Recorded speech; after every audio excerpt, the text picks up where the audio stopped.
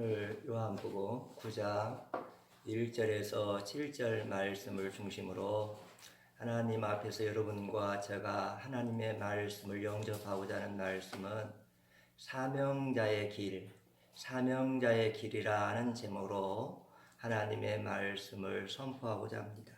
성경에서 하나님을 만난 사람들의 공통점은 하나님을 만난 것만 아니라 하나님으로부터 사명을 다 받았습니다. 출애굽기 3장에 보면 모세가 떨기나무 가운데 임한 하나님의 불을, 하나님의 불꽃 같은 불꽃을 통해서 하나님의 임재를 경험하고 하나님을 만난 것만 아니라 하나님으로부터 사명을 받았습니다.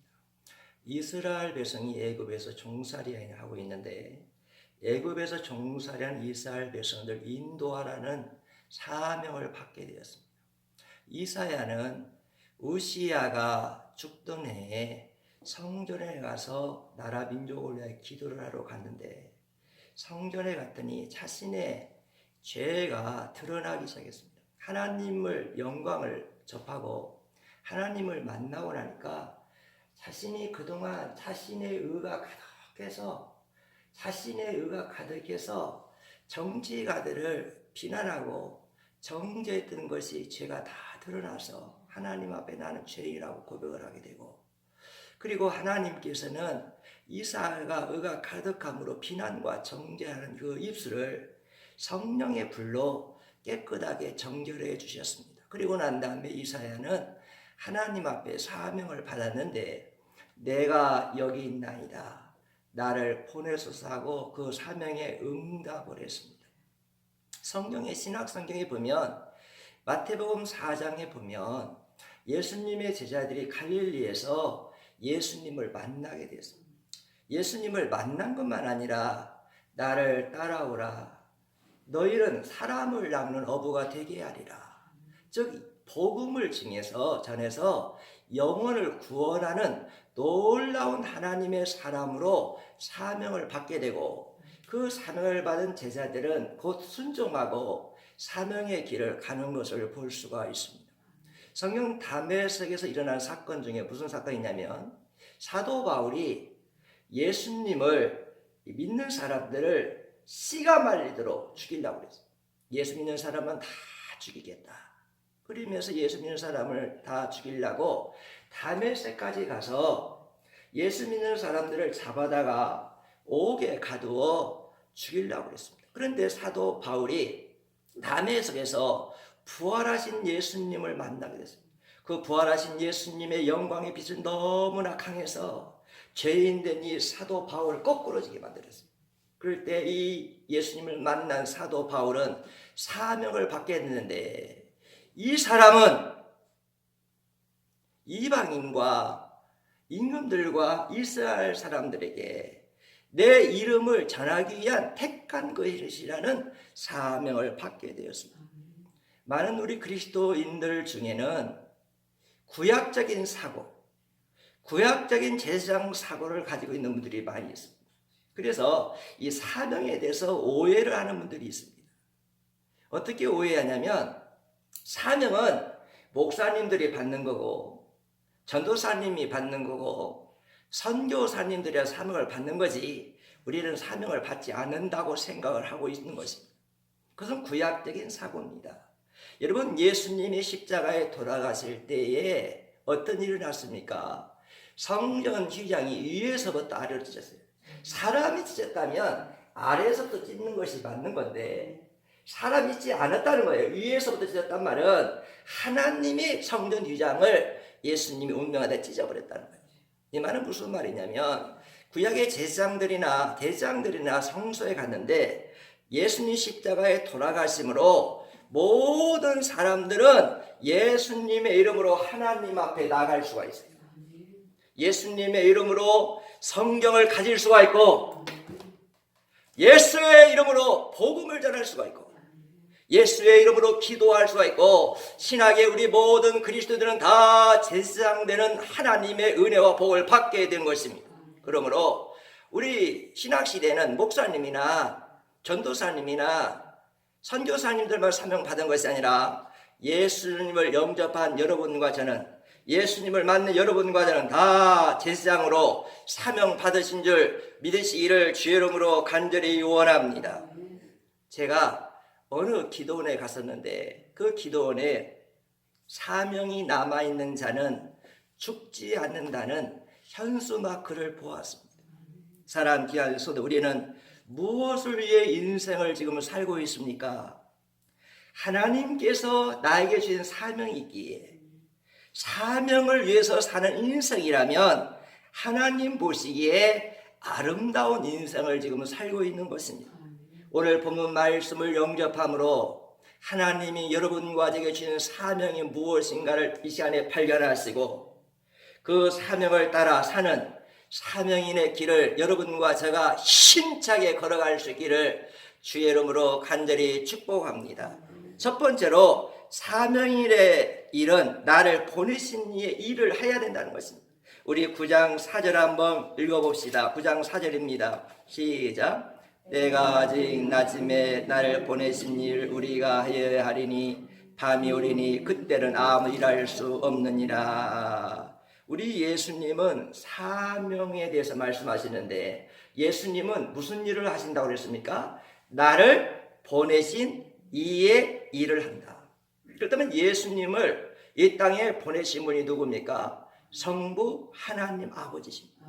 내가 이 땅에서 무슨 일을 하느냐? 내가 이 땅에 지금 무슨 사역을 하느냐? 나를 보내신 아버지의 일을 지금 하고 있다. 여러분, 우리의 사명의 모델은 목사님이 되면 안 됩니다.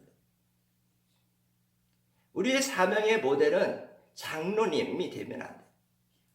우리의 사명의 모델이 기도 많이 하는 사람이 우리의 사명의 모델이 되면 안 되고, 성전을 많이 건축하고 주의 일을 많이 하는 사람들이 우리의 사명의 모델이 되면 안 됩니다. 우리의 사명의 모델은 오직 그 한 분밖에 없는데 오직 예수 그리스도가 우리의 사명의 모델이 되어야 되는 것입니다.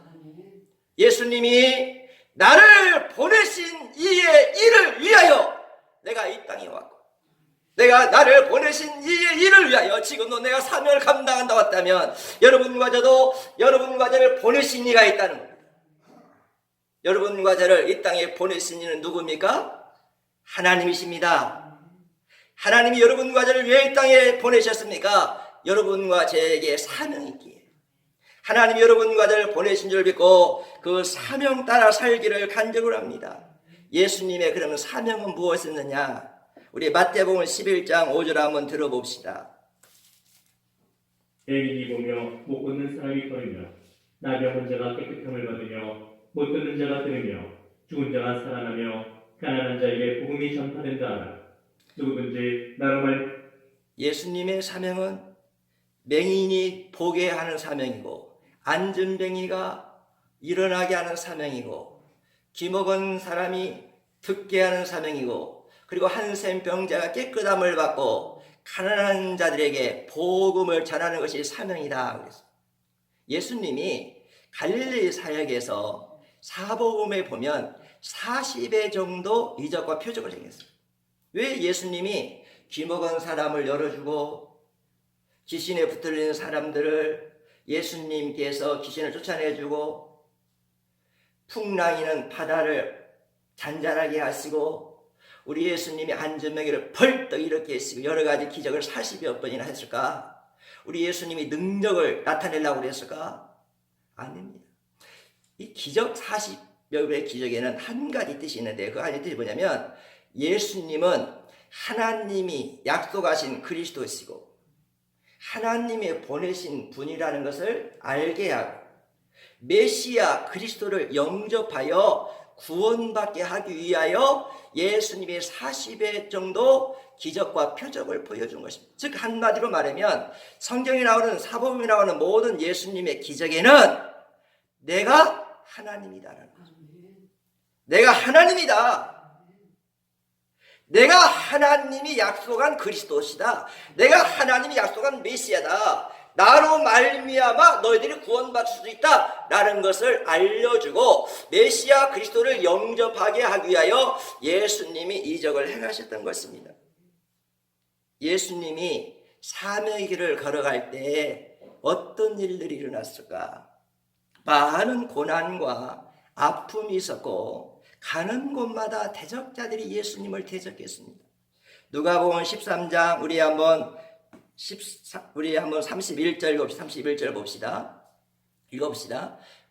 그때 어떤 바리새인들이 나와서 이르되 나가서 여기를 떠나소서 헤롯이 당신을 죽이고자 하나이다. 예수님이 하나님이 주신 사명의 길을 걸어가니까 사명을 감당하니까 이 사탄 마귀들이 이 바리새인들을 꽉 붙들어가지고 종교 지도자들 붙들어가지고 당신 지금 사명의 자리에서 멈추지 않으면 사명의 자리에서 지금 떠나지 않으면 헤롯이 당신을 죽인다고 예수님을 위협했어요.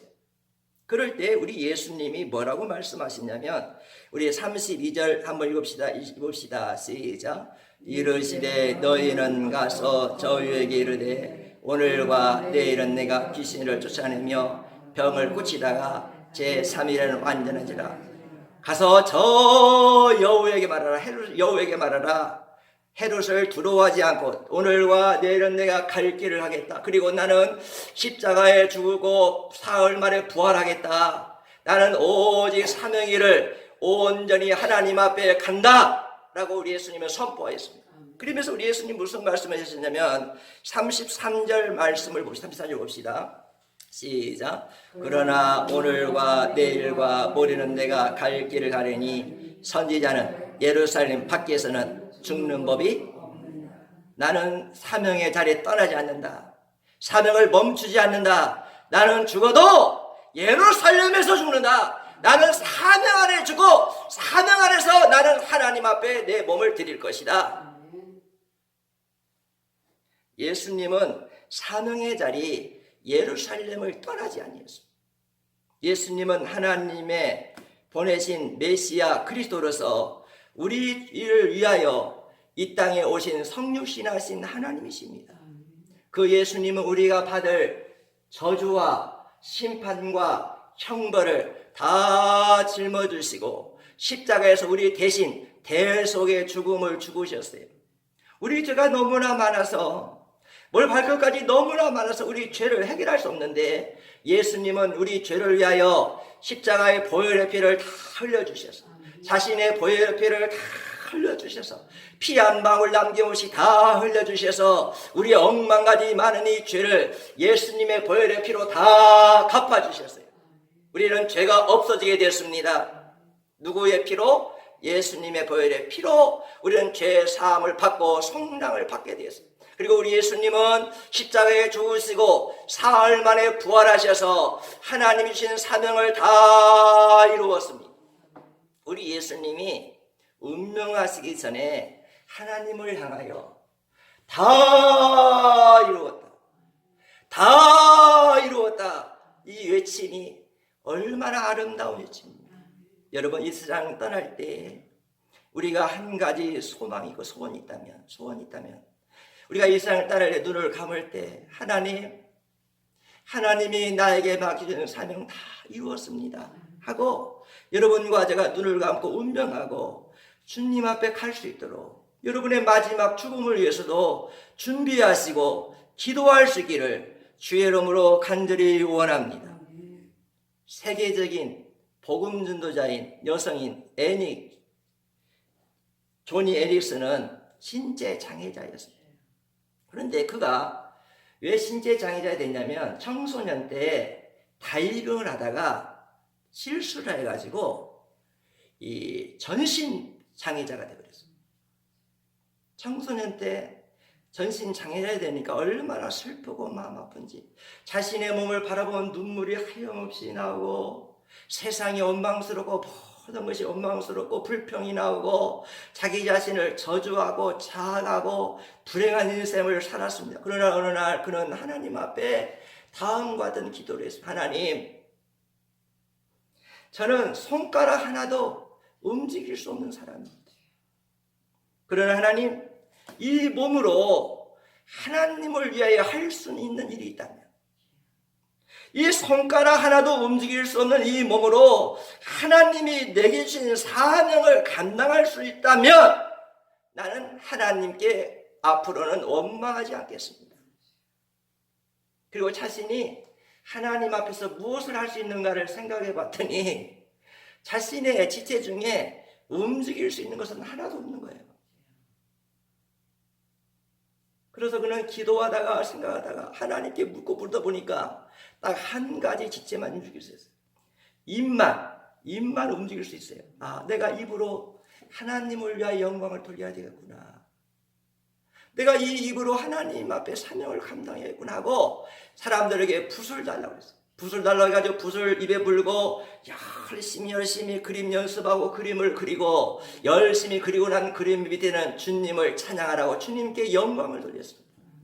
하나님은 그 조니 애니슨의 그 믿음과 신앙 고백을 기쁘게 받아주시고 조니 애니슨에게 하나님이 힘을 주시니까 그 입술이 열리게 되었고 예수 그리스도를 증거하게 됐고 복음을 증거하게 됐고 세계적인 여성 전도자로 하나님 앞에 귀하게 쓰임받을 수가 있었던 것입니다.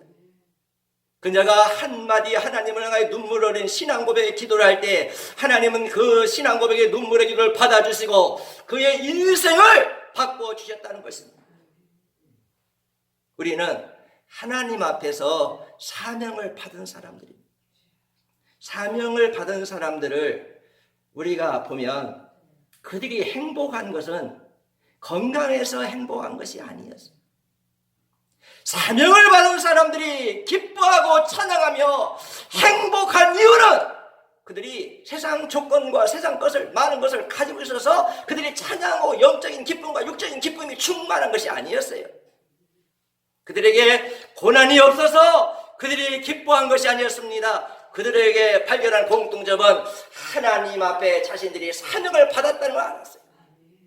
내가 이 세상에 살아갈 이유가 하나님의 사명이라는 걸 알고 사명을 발견하고 사명 안에서 살고 사명 안에서 살았기 때문에 하나님이 자신들을 쓰시는 걸 알았기 때문에 그 하나님 앞에서 그들은 행복하게 인생을 감사로 살아갈 수가 있었다는 것입니다. 두 번째로 사명자는 낮에만 일할 수 있다고 우리 예수님은 말씀해 주었습니다. 우리 9장 4절 한번 읽어봅시다. 다시 읽어봅시다. 시작. 때가 아직 낮음에 나를 보내신 일을 우리가 하여야 하리니 밤이 오리니 그때는 아무도 일할 수 없고. 하나님은 사명 일은 항상 할 수 있는 것이 아니라 사명은 내가 하고 싶어서 하는 것이 아니라 하나님이 주신 때만 할 수 있다. 자, 우리 예수님은 사명의 일은 낮에만 할 수가 있다. 인생의 밤이 오면 사명의 일을 하고 싶어도 할 수 없다는 거예요. 여기서 예수님에게 낮이란 어떤 낮이냐? 예수님의 낮이면 예수님이 우리를 위하여 십자가에 돌아가기 전까지 사역, 우리 예수님이 하나님 나라를 전하고 하나님의 나라를 선포하고 복음을 전하는 이 사역이 십자가에 죽기 전까지를 예수님에게는 낮이라고 해요. 그리고 예수님 십자가에 돌아가서 이 세상을 떠나는 시간을 밤이라고 그래요. 그러니까 예수님이 사역을 마치고 십자가를 지고 이 세상을 떠나는 것은 예수님이 지상 사역을 완성한 것이고 마치는 것이라고 우리 예수님 말씀하고 있습니다. 성경은 우리에게 지금 말씀하시는데 야고보서 4장 14절 말씀 한번 들어봅시다. 야고보서 4장 14절입니다. 일리를 너희가 알지 못하는도다. 너희 생명이 무엇이냐? 너희는 잠깐 보이다가 없어지는 아니. 우리는 생명이 있을 동안만 낮 동안만 하나님이 주시는 사명을 감당할 수 있는데 성경 야고보를 너희 일을 너희가 알지 못하느냐? 너희 생명이 무엇이냐? 너희는 잠깐 보이다 없어지는 안개 같다 그랬어요. 그러면서 시편 기자는 시편 90편 10절 말씀하십니다. 봅시다. 우리의 연수가 70이요 강건하면 80이라도 그 연수의 자랑은 수고와 슬픔뿐이요 신속히 가니 우리가 날아가나이다. 여러분, 세월은 뭐라 한다고요? 날아간다. 세월은 붙들리는 것이 아니라 가면 있는 것이 아니라 날아간다. 우리가 생명 있는 동안에만 하나님의 일을 할 수가 있는데 그 세월은 그 날아가는 세월이기 때문에 우리는 지금 사명을 감당해야 된다는 것입니다. 하나님이 우리에게 건강을 주실 때는 이 건강한 몸을 주신 하나님의 뜻은 사명 감당하라고 건강을 주십니다. 하나님이 우리에게 물질을 주신 것은 물질로 하나님 주시는 사명을 감당하라고 물질을 주신 거예요. 하나님이 우리에게 여러 가지 은사를 주신 것은 내가 능력받았다, 내가 최고다, 나는 권능이 있다, 나는 기도만에 신령한 사람이라고 자신을 나타내라는 것이 아니라 그 능력받은 자가 하나님 주신 능력을 하나님께 영광 돌리고 하나님 앞에 사명을 감당하라고 여러 가지 은사를 주신 거예요. 하나님 여러분과 저에게 생명을, 호흡을 오늘 이 아침에도 주장하신 것은 하나님이 여러분과 생명의 주관자가 되게 하시고 생명을 주관자이신 하나님 앞에 사명 감당하라고 하나님은 여러분과 저에게 오늘 또 호흡을 허락하시고 호흡을 주장하고 계시는 하나님이시다. 저는 어제 돌아가신 어머니가 이렇게 생각이 났어요. 어머니가 돌아가신 지가 하늘나라신 지가 6개월 됐는데 어제는 제 마음이 계속 우울했어요. 슬펐어요. 왜 슬펐냐면 이제 추석이 돌아오니까 어머니 생각이 나는 거예요. 추석이 돌아오니까 어머니 생각이 나는데 저희는 추석 되면 집에서 추석을 안 지내고 어머니를 모시고 아버님이 살아계실 때부터 추석 때는 가족 여행을 갑니다. 아버지 계실 때도 뭐 속초, 제주, 속초나 뭐 대한민국 뭐 여기 다 가시고 어머니 계실 때 다 다니시 가족 여행을 가는데 올해는 올 추석에는 어머니와 함께 가족 여행을 가지 못한다는 생각이 드니까 마음이 계속 아팠어요. 어머니를 20년 동안 제가 병원에 모시고 다녔습니다. 그래서 어머니에 대해서 병에 대해서 제가 너무나 잘 알고 어머니를 가까이 하고 또 아버지도 강릉사 병원에 모시고 다녔는데 어머니가 이렇게 병원에 모시고 다녔지만 어머니가 투석할 때도 어머니가 그래도 몇 년 더 살 것 같다 생각했거든요. 어머니가 이렇게 갑자기 돌아갈 줄 알았으면 더 잘했을 건데 또 몇 년이나 더 살 것 같아서 어머니에게 투정도 하고 어머니가 잘못하면 막 화도 내고 약도 잘못 드시면 막 화도 내고 막 그랬는데 돌아가시니까 크게 마음이 아프고 내가 왜 그랬을까? 어머니가 연세 많고 몸이 많이 아파서 그런 건데 너무나 몸이 힘들어서 그런데 왜 내가 약을 챙겨 먹지 못한다고 화를 냈을까? 왜 어머니한테 내가 함부로 말했을까? 라고 막 잘못한 것만 그렇게 막 생각이 나고 주님 앞에 잘못하고 어머니가 잘못한 걸 생각해서 막 마음이 아픈데 이번 추석에 돌아오니까 그 어머니하고 가족여행을 가지 못한다는 생각을 하니까 참 마음이 많이 아팠어요. 이 어머니가 그렇게 갑자기 병원에 입원해서 2, 3일 만에 갑자기 하늘나라 갈 줄 저는 몰랐거든요. 여러분, 우리의 생명은 우리 안에 있지 않습니다. 우리의 호흡은 우리 안에 있지 않아요. 우리의 호흡과 우리의 생명은 하나님의 손 안에 있습니다. 여러분, 호흡을 주관하시는 그 하나님 앞에 인생에 나실 때 하나님 주신 사명을 감당할 수 있는 여러분과 저가 되기를 주의 이름으로 원합니다. 세 번째로 사명자의 사역은 생명을 살리는 일이었습니다. 우리 한번 9장 1절 한번 봅시다. 9장 1절입니다. 9장 1절을 봅시다. 시작. 예수께서 길을 가실 때 나일 때부터 맹이 있는 사람을 보신지라. 사명자의 사역은 살리는 일이에요. 여러분, 사명받은 자가 영혼을 죽이는 것은 마귀의 일이에요. 하나님의 일은, 성령의 일은 그 영혼을 살리는 겁니다. 여러분, 여러분을 통하여 예수의 이름으로 가는 것마다 머무는 것마다 하나님의 놀라운 역사와 함께 하셔서 여러분을 통하여 영혼들이 살아나고 가정이 살아나고 여러분을 통하여 모든 것들이 살아나는 놀라운 살리는 사명을 여러분을 통하여 일어나기를 주의 이름으로 원합니다. 맹인은 참으로 불쌍한 사람이었어요. 하나님이 이렇게 아름답게 창조한 이 아름다운 세상을 볼 수 없는 자, 아름다운 꽃을 볼 수 없는 자입니다. 그리고 맹인들은 높고 푸른 저 희망을 주는 저 푸른 하늘을 볼 수가 없어요. 사랑하며 나를 길러주신 어머니의 얼굴도 볼 수가 없어요. 자기 자신이 어떻게 생겼는지도 맹인들은 볼 수가 없습니다. 그 맹인은 자신의 그 처지와 자신의 그 선상을 보면, 자신의 삶을 보면 맹인은 슬퍼하고 울며 고통 속의 인생을 살 수밖에 없는데, 우리 예수님은 길을 가시다가 그 많은 무리 중에 그 맹인 한 사람에게 우리 예수님이 관심을 가졌다는 거예요.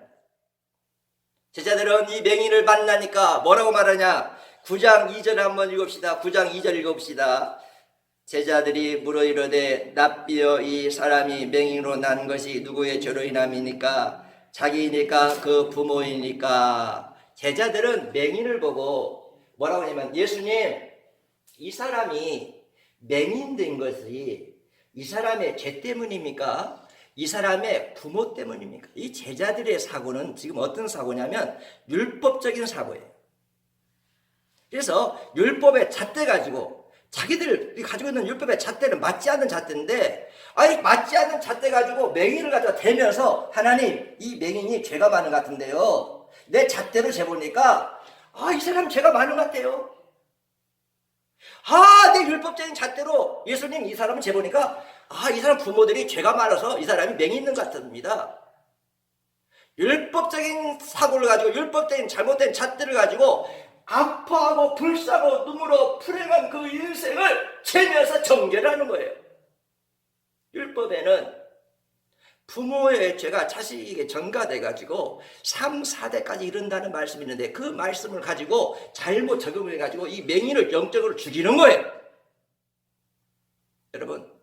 여러분 율법적인 사고, 이 시간에 하나 예수님 만났다면, 예수님의 십자가로 여러분과 제가 구원받았다면, 예수님의 보혈의 피로 내 죄가 씻음받았다면, 내 행함과 내 도덕이, 내 수양이, 내 기도가, 내 전신이 내가 죄사함을 받은 것이 아니고 예수님의 십자가의 보혈의 피로 내가 죄사함을 받았다면, 이제 율법적인 사고, 잘못된 사고 다 내려놓으시고, 여러분과 제 영의 안에, 여러분과 제 시각에, 여러분과 제 마음에, 여러분과 제 지혜에 하나님의 은혜가 임하여 하나님의 은혜로 사람을 볼 수 있는 영적인 사람들이 되기를 주의 이름으로 간절히 원합니다. 율법적인 사고를 가지고 있는 제자들에게 예수님이 무슨 말씀하시느냐? 우리 9장 3절 한번 읽읍시다. 9장 3절입니다. 시작. 예수께서 대답하시되 이 사람이나 그 부모의 죄로 인한 것이 아니라 그에서 하나님이 하신 일을 나타내고자 함이니라. 우리 예수님이 말합니다. 너희들 왜 율법적인 사고를 가지고 사람을 정죄하느냐? 이 사람이 맹인된 것은 이 사람의 죄 때문이 아니다. 이 사람이 맹인된 것은 이 사람의 조상들 부모 때문에 맹인된 거 아니다. 이 사람이 맹인된 것은 하나님의 영광을 드러내기 위함이다. 그리고 우리 예수님은 율법의 잣대로 이 사람을 판단하지 아니하고, 예수님은 맹인에게 관심을 가지고 맹인의 아파하고 슬픈 마음, 고통스러운 그 마음을 아시고, 우리 예수님은 맹인의 마음을 어루만져 주시고 안아주셨어요. 그리고 이 맹인을 위하여 우리 예수님은 십자가에서 이 맹인의 모든 죄를 위하여 예수님은 이 맹인의 죄까지도 짊어지시고 십자가에서 이 맹인의 죄를 위하여 십자가에 죽으시고 너는 구원받았다고 선포를 하셨어요. 우리의 신앙은 예수님과 연결돼야 됩니다. 예수님, 우리의 신앙 언제든지 예수님의 십자가와 연결될 때 우리는 그 누구도 우리를 정죄하지 않고 그 영혼들을 사랑하고 안고 그들에게 복음을 전하여 그들의 영혼을 살릴 수가 있는 것입니다. 예수님이 이 맹인의 영과 육을 살리기 위하여 무엇을 하셨는가 봅시다. 첫 번째로 진흙을 이겨서 그 맹인에게 찾아가신 우리 예수님은 진흙을 이기셔가지고 이 맹인의 눈에 진흙을 발라주셨어요. 여러분, 이상하지 않습니까? 여러분이 지금 말씀을 지금 들으면서 예수님의 40회 정도 이적과 표적을 행한 것은 귀신을 다스리고 자연계를 다스리고 바람을 다스리고 풍랑을 다스리시고 질병을 다스리고 모든 우주 만물을 다스리는 기적을 행하신 것은 딱 한 가지밖에 없다고 했어요. 그분이 하나님이라는 건데, 그분이 약속의 메시아 그리스도라는 건데, 우리 예수님이 왜 맹인에게 진을 갖다가 눈을 발랐을까? 우리가 진흙을 생각하면 무엇이 생각납니까? 창세기 2장 7절이 생각납니다. 창세기 2장 7절 한번 읽어봅시다. 한번 들어봅시다. 창세기 2장 7절. 여호와 하나님이 땅의 흙으로 사람을 지으시고 생기를 그 코에 불어넣으시니 사람이 생명이 자, 되니라. 여기 보자. 하나님이 말씀 녹으신 성자, 여기 성자 하나님이거든요. 하나님은 성자 안에 말씀 녹으신 하나님이 사람을 창조할 때 뭘로 창조했다고요? 흙으로 창조했단 말이에요. 자, 사복음에 나오는 모든 기적과 표적은 누구를 알려준다고 그래요? 누구를? 하나님이심을 알려준다. 자기 하나님. 그러니까 이 맹인의 눈에 흙으로 이 바르신 것은 내가 너를 창조한 하나님이라는 뜻이에요. 성경을 통해서 모든 사람들이 이 사건을 통하여 흙으로 인간을 창조하신 분은 성자 예수 노우세신 하나님이심을 밝혀주기 위하여 지금 하나님이신 성자 하나님 예수님은 맹인에게 흙을 진흙을 통하여 눈에 바르셨다는 거예요. 하나님은 인간을 창조하신 하나님은 예수님이시고 성자 예수님 성육신한 예수님은 하나님이시며 그 하나님이신 예수님은 인간을 새롭게 재창조할 수 있는 새로운 피조물로 창조할 수 있는 하나님이시라는 거예요. 여러분 어떤 죄인도 여러분 포기하지 마십시오. 우리 인간은 포기하지만 어떤 죄인도 포기하지 않고 사랑하시며 그 죄인까지 위하여 십자가에 돌아가신 예수님은 그 죄인도 새롭게 재창조하셔서 새로운 피조물로 만드실 수 있는 우리 하나님이신 예수님이라는 거예요. 알코올 중독자도 가족이 포기한다 할지라도 우리 예수님 포기하지 않습니다. 그도 예수님을 영접하면 예수님을 만나면 새로운 피조물로 창조될 수 있어요. 마약 중독자도 사람은 그를 포기하지만 우리 예수님 포기하지 않습니다. 그가 예수님을 진정으로 만났다면 예수님을 영접했다면 예수님 안에서 새로운 피조물로 재창조될 수가 있는 것입니다. 고재병이가 도끼로 춘천에서 사람의 가족을 도끼로 다 찍어 죽였지만 그렇게 사탄이 그 마음에 가득해 해서 사탄의 도구가 돼가지고 한 가족을 도끼로 찍어 죽일 정도로 강팍한 죄인이고 죄의 살인자였지만 그가 십자가에 돌아가신 예수님을 만났을 때 가장 온유한 자가 돼가지고 눈물로 회개하며 나 같은 죄인을 위해 예수님이 십자가에 죽었구나 하고 나 같은 죄인을 위해 죽였다고 회개하면서 마지막 사형장에 갈 때 목사님 기도해 주세요. 나는 주님 앞에 가잖아요. 목사님 기도해 주세요. 그러면서 나는 주님 앞에 갈 때 나는 마지막에 주님 할 때 찬송하겠습니다 하고 고재동이가 찬송하고 가지 않았습니까? 사람은 포기하고 부모는 포기하고 모든 세상과 모든 사람이 포기해도 그가 정말로 예수님을 만나면 예수님을 영접하면 새로운 피조물로 하나님 앞에 주님 앞에 재창조될 수가 있다는 것입니다. 이 소망을 가지고 여러분은 영혼에게 나가셔서 사람을 살리는 영혼들 되기를 주의 이름으로 간절히 원합니다. 두 번째로 실로암 못에 가서 씻으라 하고 방령을 주셨어요. 실로암이란 말은 실로아라는 히브리에서 나온 말인데 보냄을 받았다는 뜻이에요. 그런데 오늘 성경에 보니까 실로암이라는 그 모세만 강점을 가진 것이 아니라 실로암의 뜻에 더 강한 한점을 가졌어요. 실로암이라는 장소보다는 실로암이라는 뜻에 더 강조를 하고 있다고요. 우리 한번 7절 한번 봅시다. 7절 읽읍시다. 시작. 이르시되 실로암 못에 가서 씻으라 하시니 실로암은 번역하면 자 성경에 지금 강조한 건 뭡니까? 실로암입니까? 보냄을 받았다는 것입니까? 우리 예수님이 지금 이 진흙을 받아가지고 너 진흙을 받아가지고 재창조하는 거야. 이 맹인을 어둡고 사탄의 지배고 어둠에 있는 이 맹인을 재창조하 중생하고 재창조하게 해요. 이렇게 이 진흙을 받아가지고 너 신령을 보냄을 받았다는 그곳에 가라. 그렇게 방향이 돼. 성경은 지금 뭐라고 하냐면 보냄을 받았다는 거에 강조하라는 거예요. 왜 예수님이 맹인을 치유하면서 눈을 뜨게 하면서 보냄을 받았다는 것을 강조합니까? 이 사건은 지금 하나님이신 자신을 계시한다고 하지 않습니까? 이 지금 모든 기적은 하나님이시라는 걸 증거하는데 자신은 성부 하나님에게 보냄을 받은 약속의 메시아라는 것을 지금 선포하고 있는 거예요. 여러분, 하나님이 약속하신 최초의 여자의 후손으로 오실 여자의 후손이 예수님인 걸 믿습니까? 모든 선지자를 통하여 약속의 메시아 그리스도를 이 땅에 보내신다는 말씀을 믿습니까? 그분이 오셨습니다. 이 땅에 오셨습니다. 맹인 앞에 섰습니다. 모든 사람 앞에 섰습니다. 나는 하나님으로부터 약속의 메시아로 보냄을 받은 자다. 나를 믿어야, 나를 영접해야 너희들이 구원받을 수 있다는 메시지를 지금 우리 예수님이 이 사건을 통해서 여러분과 저에게 지금 전해주고 있다는 거예요. 우리 성경을 다시 봅시다. 요한복음 8장 12절 한번 들어봅시다.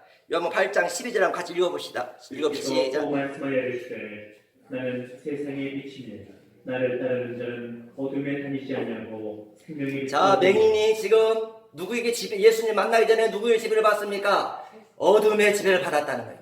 맹인만 어둠의 지배에서 여러분과 저는 눈을 뜨고 있어도 지금 영적으로 어두워가지고 영적인 맹인들이 많아요. 하나님의 은혜가 보입니까?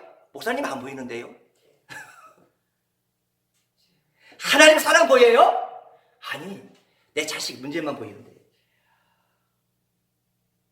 하나님의 긍휼하심이 보여요? 아니, 내 꼴만 보이는데요.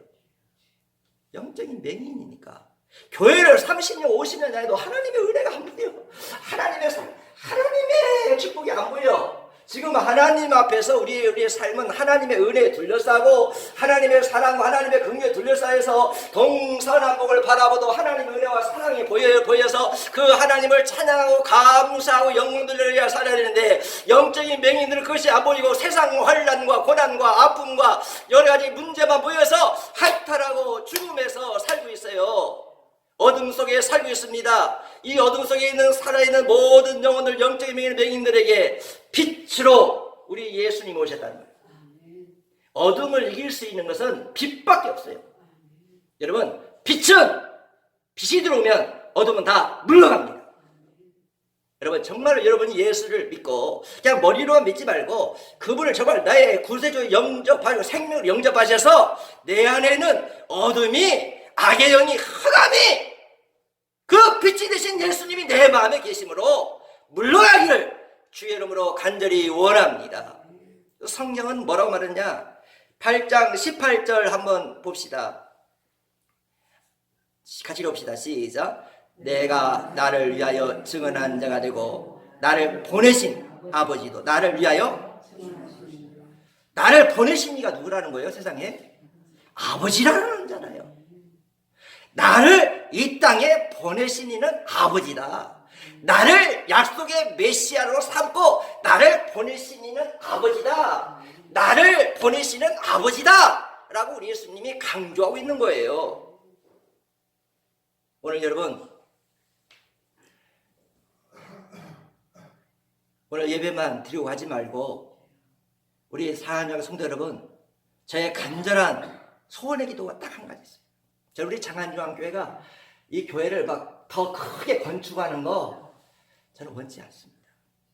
그리고 헌금 많이 나오는 거, 사람 숫자 많이 모아지는 거 저 원치 않습니다. 우리 장안중앙교회 성들이 다 예수님이 하나님이 보내신 약속의 메시아 그리스도이심을 알고 나의 구원자라는 알고 그 예수님을 영접하고 그 예수님을 내 마음에 모시고 주인 삼고 왕으로 삼고 그 예수님의 타스를 받고 그 예수님을 따라가고, 언제까지 그 예수님만 따라가요? 이 지상의 삶이 마칠 때까지 그 예수님의 인도하고 그 예수님의 음성을 듣고 따라가서 다 우리 장안교회 성도들이 다 천국에 함께 가서 천국에서 만나는 것이 이종의 소원입니다. 천국에서 만납시다. 할렐루야. 이 맹인이요, 예수님을 만나고 나서 얼마나 아름답게 신앙의 눈이 열리는가 보세요. 저는 오늘 예배를 드린 여러분들이 그냥 말씀을 먹는 것만 아니라 이 말씀이 맹인에게 주신 말씀이 나에게 주신 말씀이 내마가 되어서 그동안에 영적인 눈이 열리지 않고 닫혀가지고 암흑 속에 살았는데 지옥 속에 흑암 속에 살았는데 영안이 좀 열리면 좋겠어요. 예수님을 만난 이 맹인이 점점점 영안이 열려지는데 어떻게 열려지는가 한번 성경을 찾아봅시다. 첫 번째로 이 영인이 예수를 만나고 나서 맹인이 어떻게 고백하냐. 우리 9장 11절 한번 읽읍시다. 9장 11절 봅시다. 시작. 대답하되 예수라는 그 사람이. 자, 여기 보니까 예수님 이 사람이 눈을 뜨고 난 다음에 예수님 뭐라고 그랬어요? 첫 번째 고백이 예수님 뭐라고 해? 예수라는 뭐라고? 그 사람이. 너 맹인이었잖아. 아니 맹인이던 너가 어떻게 눈이 이렇게 떠졌냐? 라고 사람들이 놀라서 물어보니까 그 사람이 고백을 하는 거야. 예수라는 사람이 나를 이렇게 진흙을 발려서 필요함에 가서 내가 물을 씻었더니 그 사람의 말을 들었더니 내가 눈이 펄쩍 떠졌다는 거예요. 그러니까 여기서 이 맹인이 예수를 만나고 첫 번째 고백이 뭐냐면 예수라는 그 사람이에요. 이 말하면 그 뜻은 뭐냐면 예수라는 그 사람은 능력 있는 사람이다. 일반 사람이 아니라는 거야. 우리 일반 사람이 행하지 못하는 그 능력 있는 그 사람 때문에 내가 눈이 떠졌다는 거예요. 하나의 예수님을 능력의 사람으로만 고백해요. 우리 교회에 나오신 분들 중에면 예수님을 능력의 사람으로만 그렇게 고백하는 사람 많아요. 예수님을 나에게 물질을 주세요. 나 건강 축복 주세요. 나 자녀 문제 해결해 주세요. 내 인생 좀 축복해 주세요. 능력의 예수님으로만 생각하는 사람이 많아요. 우리 예수님은 능력의 예수님 맞지요? 그러나 그보다 더 눈이 열려야죠. 자, 그러고 나서 어떻게 하나님 열어주냐면 17절 보면 9장 17절 봅시다. 시작. 이에 맹인되었던 자에게 다시 묻되 그 사람이 내 눈을 뜨게 하느냐? 너는 그를 어떠한 사람이라 하느냐? 대답하되 뭐라고 그래요? 이 사람이 이제 예수님 만나고 나서는 눈이 열려지는 거예요. 뭘로 보여요? 선지자. 아, 하나님 편에서 하나님의 말씀을 전하는 선지자구나. 영이 열려. 그래서 예수님이 주신 말씀을 영접하는 거야. 하나님이 주신 선지자였구나. 나에게 보내주신 선지자였구나. 그 선지자의 말씀을 내가 영접해야겠구나. 그래서 그 선지자 예수님을 영접하는 거예요. 여러분, 예수님은 선지자도 되십니다. 하나님 편에 전하는 말씀을 전하는 선지자입니다. 여러분, 그 선지자 되신 예수님의 말씀을 영접하십시오. 그런데 더 놀랍게 영적인 눈이 확 열리는 거예요. 어디까지 열리느냐? 이 소경 맹인이요, 예수를 만나고 놀랍게 영적인 눈이 열려버리는 거예요. 우리 이 눈이 예배 시간을 통한 이 시간에 성령의 도움으로 이게 열리도록 우리는 영적인 싸움을 기도해야 돼요. 자, 마지막 어떻게까지 열리느냐? 33절 보면 33절 읽읍시다. 시작.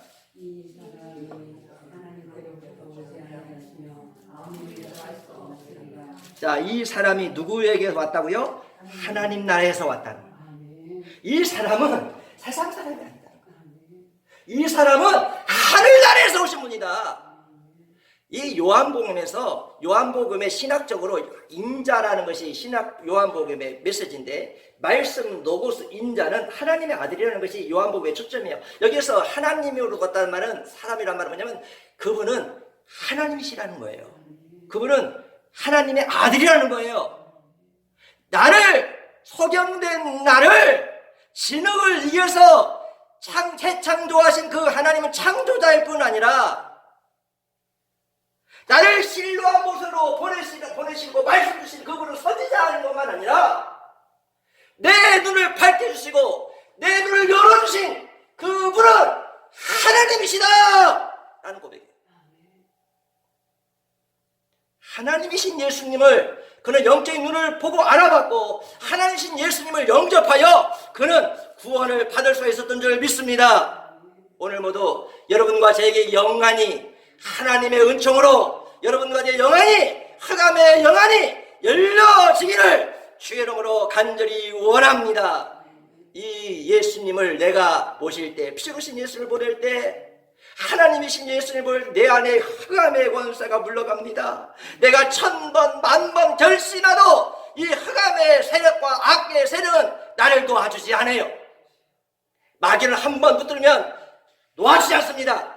그러나 흑암을 물리치고 빛으로 오신 메시아로 그리스도 하나님이신 예수님을 내가 진정으로 영접하고 그분을 만나고 내 마음에 모시고 영접하고 그분을 보고 살면 이 흑암이 어둠이 달아나고 물러갈 줄 믿습니다.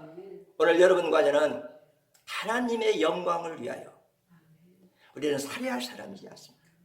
하나님의 영광을 살해할 사명은 사명을 감당해야 되고 사명 따라 살아야 되고 우리는 어떠한 일에서도 사명의 자리를 떠나지 말아야 되고 사명을 멈추지 말아야 되고 주님 나라 갈 때까지 사명의 길을 달려갈 길을 열심히 달려가요. 주님 앞에 설 때 주님 나 주님이 내게 주신 사명 다 감당하고 왔습니다 라고 고백할 때까지 그 고백을 할 때까지 주님이 나를 보시고 착하고 충성된 종아 잘했다 칭찬할 때까지 우리는 사명의 길을 걸어갈 수 있는 여러분과 저가 되기를 주의 이름으로 간절히 축복합니다. 기도합시다. 하나님 아버지 감사합니다. 오늘은 사명의 길에 대해서 하나님 말씀 주시니 감사합니다. 우리는 인생을 살 때 우리의 육신의